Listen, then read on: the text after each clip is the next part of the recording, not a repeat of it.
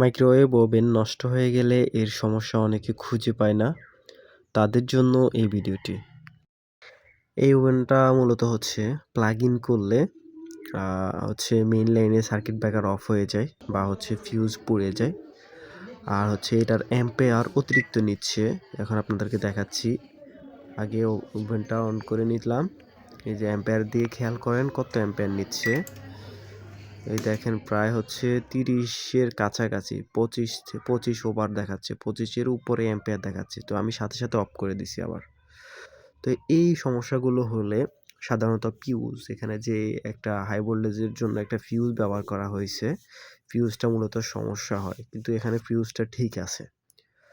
তো এখন আপনি যেটা করবেন, আপনার কাছে যদি কোনো সিরিজ লাইন থাকে অথবা আপনার অ্যাবোমিটার থাকে, তাহলে আপনি অ্যাবোমিটারের সাহায্যে কন্টিনিউটি টেস্টটা আগে করবেন।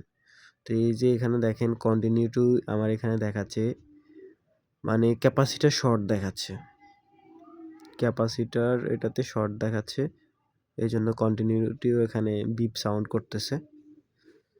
তো এই জন্য আমরা বুঝে নিলাম হচ্ছে ক্যাপাসিটারের সমস্যা।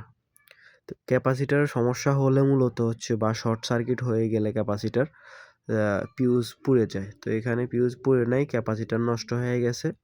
তো আমি সেম 1.15 একটা মাইক্রোফ্যারাডের ইউএফের একটা ক্যাপাসিটার নিলাম। তো এই নতুন ক্যাপাসিটারটি আমি এখানে লাগাবো, লাগিয়ে আপনাদেরকে আবার ঠিক অ্যাম্পেয়ারটা দেখাবো যে কত অ্যাম্পেয়ার নিচ্ছে। যারা আপনারা একবারই নতুন, তারা প্রথমে ক্যাপাসিটারটি খোলার আগে আপনারা দেখবেন, দেখে সঠিকভাবে আবার কানেকশন করবেন। তো আমার ক্যাপাসিটার লাগানো শেষ, আমি লাইনটা দিলাম, পাওয়ার চলে আসছে। এখন স্টার্ট বাটন আমি চাপ দিব, অ্যাম্পেয়ারে খেয়াল করেন কত অ্যাম্পেয়ার দেখাচ্ছে। তো আমি চাপ দিলাম, এই যে অ্যাম্পেয়ার বেশি দেখাচ্ছে না, অ্যাম্পেয়ার হচ্ছে 2 থেকে 2.5 অ্যাম্পেয়ার দেখাচ্ছে। তো আমাদের ওভেনটি কী কারণে এই সমস্যা হয়েছে আশা করি আপনারা বুঝতে পেরেছেন। এই সাধারণ ক্যাপাসিটর।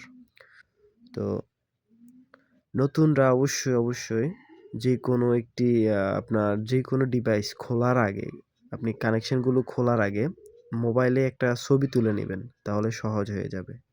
তো আমি এটার ভিতরে কিছু পানি দিয়ে দিছি, আমাদের পানিটি 30 সেকেন্ডের মধ্যে ফুল হিট হয়ে গেছে। তো এই ধরনের ভিডিও পেতে এমবিএস টেকনোলজির সাথেই থাকুন, লাইক কমেন্ট শেয়ার করুন।